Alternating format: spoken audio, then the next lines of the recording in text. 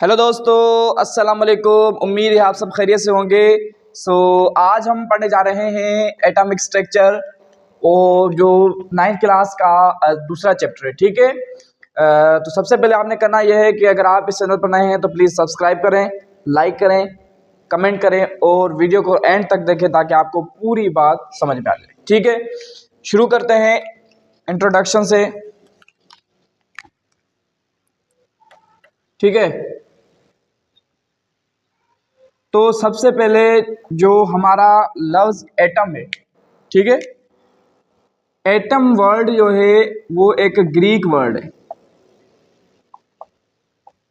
यानी यूनानी। ठीक है, ये एक ग्रीक वर्ड है और किस लफ्ज़ से लिया गया है? एटोमस। ठीक है, एटोमस से लिया गया है। इसका मतलब क्या है? एटोमस का मतलब है, अ का मतलब है नॉट। ठीक है, टोमस का मतलब क्या है? कटेबल या डिवाइजिबल। ठीक है, अब एटोमस का मतलब क्या होगा? नॉट कटेबल या नॉट डिवाइजिबल। ठीक है, यानी एटम का मतलब ही क्या है? Not divisible, not cuttable. यानी इस बात से ये हमें समझ में आ रहा है कि ये कोई एटम जो है कोई ऐसी चीज़ है जो कट नहीं की जा सकती, जो डिवाइड नहीं की जा सकती। ठीक है, अब ज़रा हम देखें कि एटम कहाँ से आया, किसने दिया। ठीक है, उसकी हकीकत क्या है? तो सबसे पहले एटम के बारे में हमें बताया था डेमोक्रेटस ने। ठीक है, डेमोक्रेटस जो एक ग्रीक फिलोसोफर थे, फिलोसोफर। ठीक है, ये ग्रीक फिलोसोफर थे डेमोक्रेटस, जिन्होंने एटम का हमें कॉन्सेप्ट दिया था, सिंपल कॉन्सेप्ट। उन्होंने कहा था कि कोई भी चीज़ अगर हम उठाएं और उन्हें डिवाइड करना शुरू करें तो आखिर में एक ऐसा पार्टिकल आएगा जिसको हम मजीद डिवाइड नहीं कर सकेंगे।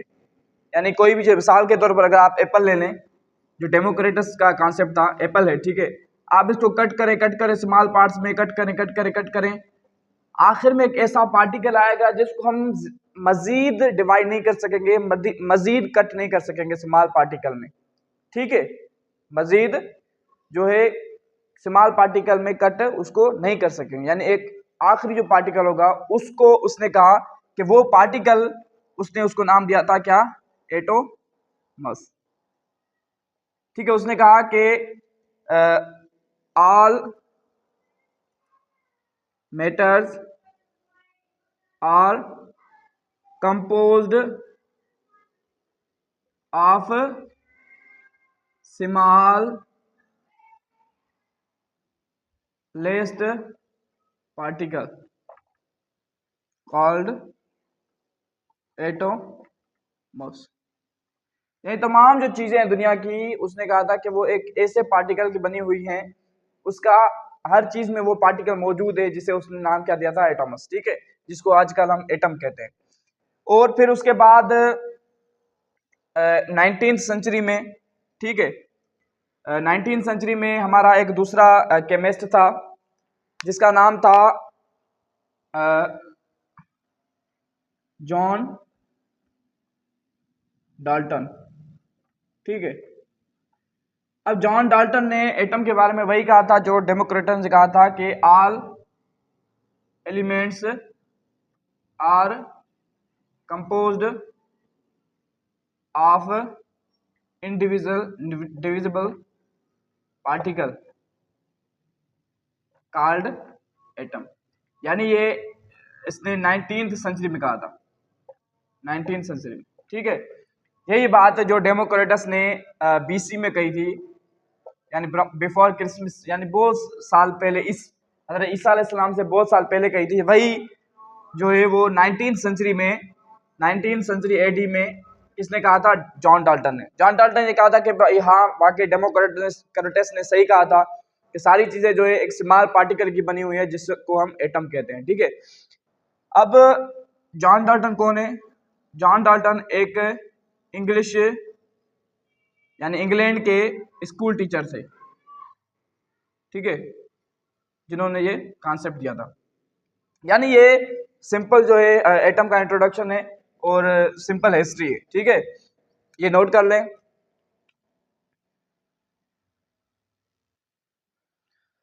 तो दोस्तों हमने ओल्ड कॉन्सेप्ट ऑफ एटम पढ़ा, डेमोक्रिटस का कॉन्सेप्ट पढ़ा, जॉन डाल्टन का कॉन्सेप्ट पढ़ा। अब जो न्यू कॉन्सेप्ट है एटम का, एटम को अब इंडिविजिबल पार्टिकल नहीं कहा जाता। अब बहुत सारे सब एटॉमिक सब पार्टिकल डिस्कवर हो चुके हैं, इलेक्ट्रॉन, प्रोटॉन और न्यूट्रॉन और दीगर बहुत सारे पार्टिकल। तो अब एटम भी छोटे छोटे पार्टिकल का बना हुआ है, जब आगे चलकर हमें ये मालूम हुआ, ठीक है। तो आज हम सिंपल जो है एटम के स्ट्रक्चर पढ़ेंगे, उसके बाद हम जो एटम के पार्टिकल हैं वो किस तरह डिस्कवर हुए वो हम जो है अगले लेक्चर में पढ़ेंगे। तो ये बहुत ही जरूरी है कि हम सिंपल स्ट्रक्चर समझ लें कि इलेक्ट्रॉन क्या होता है, प्रोटॉन क्या होता है, कहाँ होता है। तो उसके बाद हमें वो बातें समझ में आ जाएंगी कि भाई किस तरह डिस्कवर हुए, प्रोटॉन किस तरह डिस्कवर हुए, ठीक है। तो सबसे पहले एटम के अंदर दो पार्ट्स होते हैं, ठीक है। एक इस तरह का एटम होता है, ठीक है। अब ये जो अंदर वाला हिस्सा है ये है न्यूक्लियस, ठीक है। और ये जो बाहर वाला पार्ट है, यहाँ से ये यहाँ से जो शुरू होता है, ठीक है, इसे कहते हैं एक्स्ट्रा न्यूक्लियस, या इसे दूसरा कहते हैं शेल, या दूसरा कहते हैं ऑर्बिट, ठीक है, या कहते हैं एनर्जी लेवल, ठीक है। ये जो है ये नाम है आउटर पार्ट के। अब ये जो शेल है बाहर वाला जो है ये शेल, जिसे हम ऑर्बिटल भी कहते हैं, एटम एनर्जी जो है लेवल भी कहते हैं। तो ये कितने भी हो सकते हैं, 2 हो सकते हैं, 3 हो सकते हैं, ठीक है। मिसाल के तौर पर अगर ये हाइड्रोजन का एटम है तो हाइड्रोजन के अंदर एक ही शेल होता है, ठीक है। यानी सबसे पहले आप ये समझ लें कि एटम के 2 पार्ट होते हैं, एक होता है न्यूक्लियस और दूसरा होता है शेल। अगर आप दूसरा एटम ले लें, अब ये देख लें, ठीक है। अब इसके अंदर ये जो बीच में है, ये बीच में हमारा न्यूक्लियस है, ठीक है, और ये बाल तीनों जो हैं ये शेल हैं या ऑर्बिट है या एनर्जी लेवल्स है, ठीक है। ये है एटम की सिंपल स्ट्रक्चर। अब एटम के पार्टिकल्स कहाँ होते हैं? अब हमारी लेवल तक जो आज हम डिस्कस करेंगे, जो इस 9th क्लास के अंदर हम डिस्कस करेंगे, वो 3 पार्टिकल्स हैं, ठीक है। अब सबसे पहले ये आप समझ लें कि एटम के अंदर 3 पार्टिकल्स होते हैं। एक होता है इलेक्ट्रॉन, ठीक है, दूसरा होता है प्रोटॉन, तीसरा होता है न्यूट्रॉन, ठीक है। अब ये जो इलेक्ट्रॉन है, इलेक्ट्रॉन कहाँ होते हैं? इलेक्ट्रॉन यहाँ शेल्स में रिवॉल्व करते हैं, यहाँ पर होते हैं, ठीक है। इलेक्ट्रॉन स्मॉल पार्टिकल होते हैं जो यहाँ पर रिवॉल्व करते रहते हैं, शेल्स के अंदर रिवॉल्व करते रहते हैं। और ये प्रोटॉन, जो प्रोटॉन है, प्रोटॉन वो इस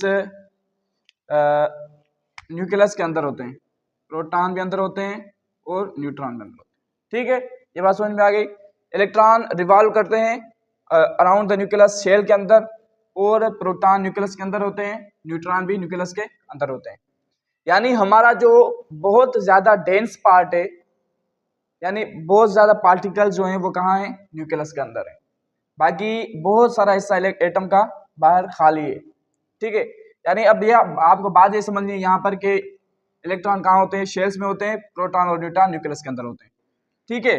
दूसरी बात ये समझ लें कि इलेक्ट्रॉन पर नेगेटिव चार्ज होती है, प्रोटॉन पर पॉजिटिव, और न्यूट्रॉन पर नो चार्ज, चार्जलेस, ठीक है।